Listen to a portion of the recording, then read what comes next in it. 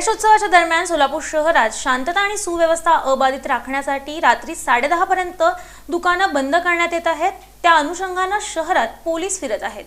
सध्या सोलापूर शहरात गणेशोत्सव सुरू आहे।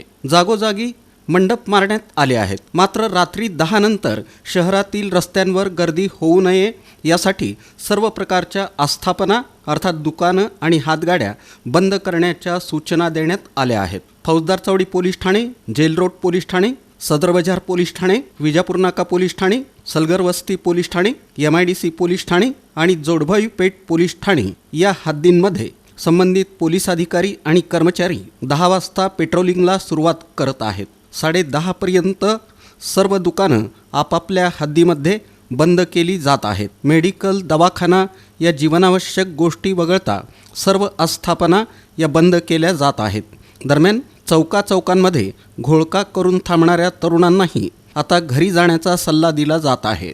शिवाय मोटारसायकलवरून आवाज करत जाणाऱ्या तरुणांवरही लक्ष ठेवण्यात येत आहे। एका पोलीस ठाण्यात 2 ते 3 पथकं असून त्यांची गस्त सुरू करण्यात आली आहे। रात्री 10 ते 10:30च्या दरम्यान पोलीस ठाण्याच्या हद्दीतील दुकानं बंद करण्यास सांगितलं जात आहे।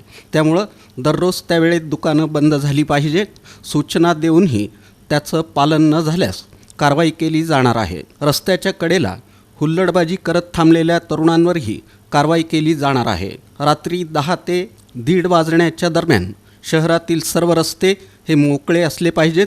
शहरात शांतता असली पाहिजे असं पोलीस आयुक्तांनी सांगितलं आहे।